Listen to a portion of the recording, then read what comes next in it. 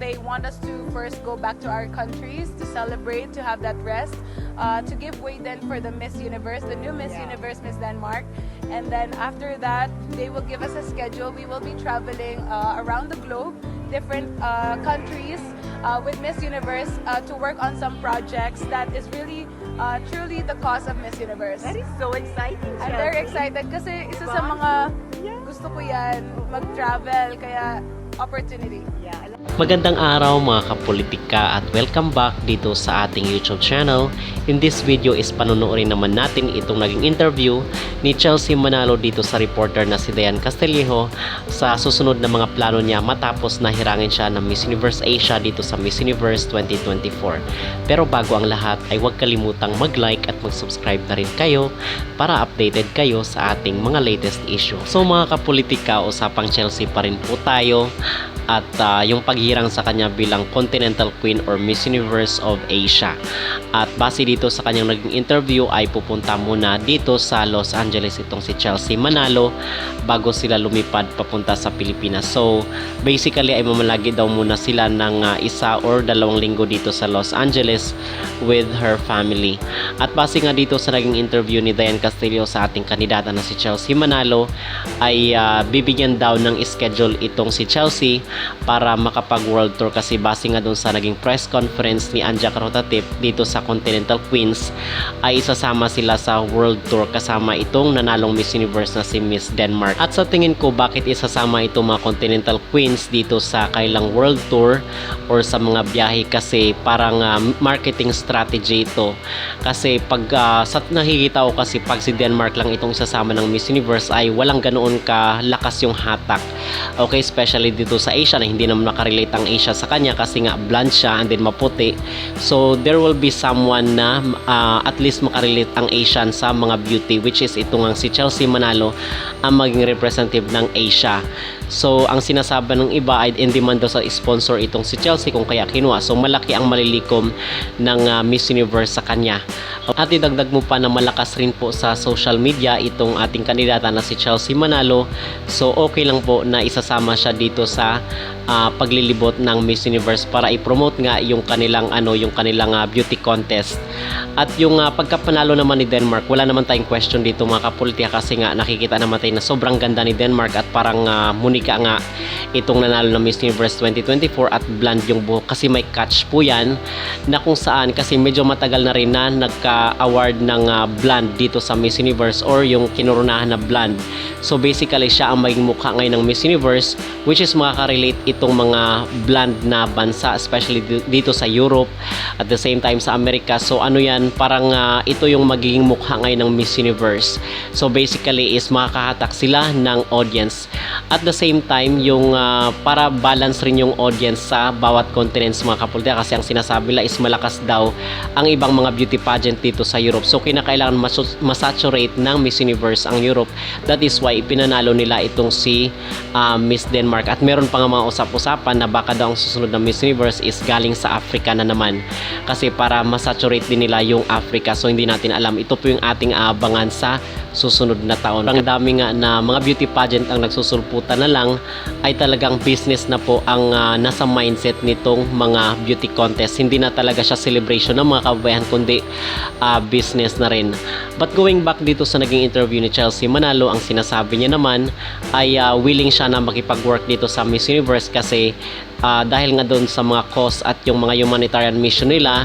So okay na okay dito si Chelsea Manalo and at the same time siguro may mga contract rin niya na i-offer at yung syempre yung may bayad din po yan sa kanila in return at yung titulo bilang Miss Universe Asia is ang sinasabi nga nila at yung ating is maganda talaga siya pakinggan kesa dito sa runner-up lang sa Miss Universe. At naikwento nga rin po dito ni Chelsea Manalo kung paano siya sinabihan ng Miss Universe na siya ang maging representative ng Asia or yung Miss Universe dito sa Asia. So narito po ang interview ni Dayan Castillejo sa ating kandidata na si Chelsea Manalo bilang Continental Queen dito sa Asia. Alright, with the very first Miss Universe Asia from the Philippines, Chelsea Manalo. Hello, Miss Universe Asia. Hello everyone, hello sa lahat ng mga taga-Pilipinas at sa lahat ng mga Pilipino. We made it. We are so excited to be home in the Philippines and celebrate as your Miss Universe Asia. So, were selected to be the Miss Universe Asia? Because first, you thought, oh, you got to top 30. I know you were disappointed in making the top 12. But then, wow, all of a sudden you were called to the press con. Yeah, honestly, I didn't feel disappointed. I felt so proud of what I did. I know I did my best. I know I did made the whole Filipino proud because that is 120 plus girls. That's true. To make it to the top 30 is already a privilege. Pero when they announced, actually they didn't announce it yet. It was a surprise.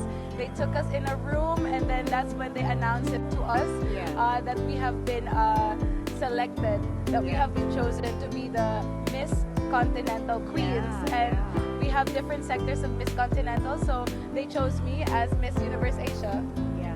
So, what are you going to be doing? Do you alam mo na ba or not yet? We have no schedules yet. I think they want us to first go back to our countries to celebrate, to have that rest, to give way then for the Miss Universe, the new Miss Yeah. Universe, Miss Denmark.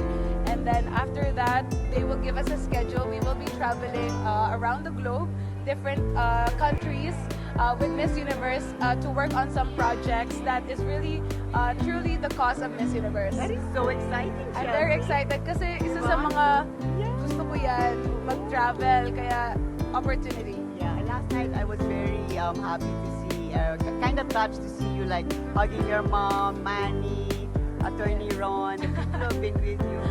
I mean, what does it mean for you na they were able to watch you perform and they're all here in Mexico? You know, Miss Dea, when I competed in Miss Universe Philippines, wala kasi akong ganong kalaking suporta. Pero when they came in here in Mexico, parang mas naging doble yung support na meron ako. Coming that, you know, it's enough na makita ko kasi yung mom and dad ko to watch me. Sabi ko, gagawin ko lahat ng makakaya ko para lang mailipad ko sila sa Mexico. Kaya I was so happy to have them there. So what do you plan to do in LA with your parents? Because you're going to stay for a while, diba? Sabi Yes. ko pa siya, no? We're going to be extending our stay in Los Angeles para lang for 2 weeks or a week. We don't know because baka mamaya tawagan din kami ng Miss Universe. Yeah. But I'm gonna take the most out of it to spend my time with them. We're going to be going around LA, going to Las Vegas kasi we have some family in Las Vegas too. Yes. So, kasi your schedule's been so hectic, diba? Because every day you have to train, so now you get to spend time with your family, which I can see you really enjoy, no? I really do. I think it really does keep me humble. It keeps me more grounded. I haven't been seeing them for 3 weeks. Yeah. Actually, siguro a month na You've been because training before, diba? yes, I haven't seen them such a long time. So ito na yung opportunity to spend time with them. So, Chelsea, your thoughts about yung experience mo dito sa Miss Universe? Like, ano mga, like, people ask you, oh, kumusta, how was it? What comes to your mind? What are you Grabe. feeling right now? It's such an adrenaline. Hindi ko in-expect na ganun pala siya kabilis. It would happen so fast. I think nag-add more yung adrenaline to the fact na there's 120 girls. So for sure, they're gonna make the most out of our schedules when we were in Mexico. It was fun. Hindi ko in-expect na, you know, how Mexico would feel like. They are so humbling. They are so caring, just like how Filipinos are.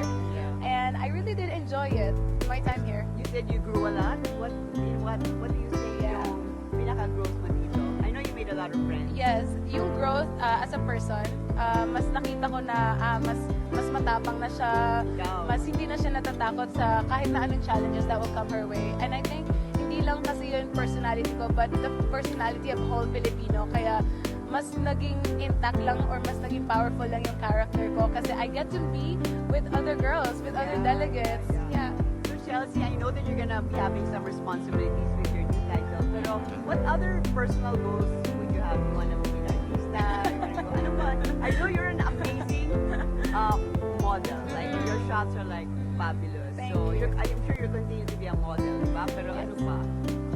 Kung ano man yung opportunity na dumating sa akin, I would take it. Kung meron mang showbiz, why not?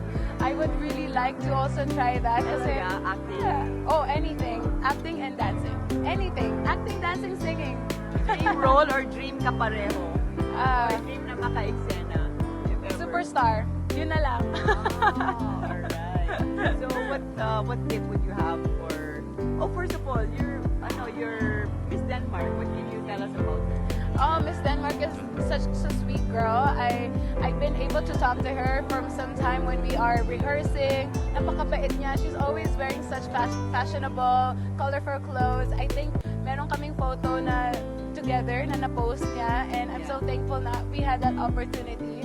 She's always a bubbly person, and she has so much wisdom that you can learn from. Yeah, you're gonna keep in touch with the girls. Definitely. Or Peru lang. Wait, most Peru for sure, di ba? Definitely But, with you know, yes, definitely with the Continental Queens, with Miss Peru. Yes, she's my ate. We're gonna be seeing her so many more times, and I think she's planning to visit Philippines too, very soon. I don't know kung meron kaming schedule all together, but we'll have to wait for that.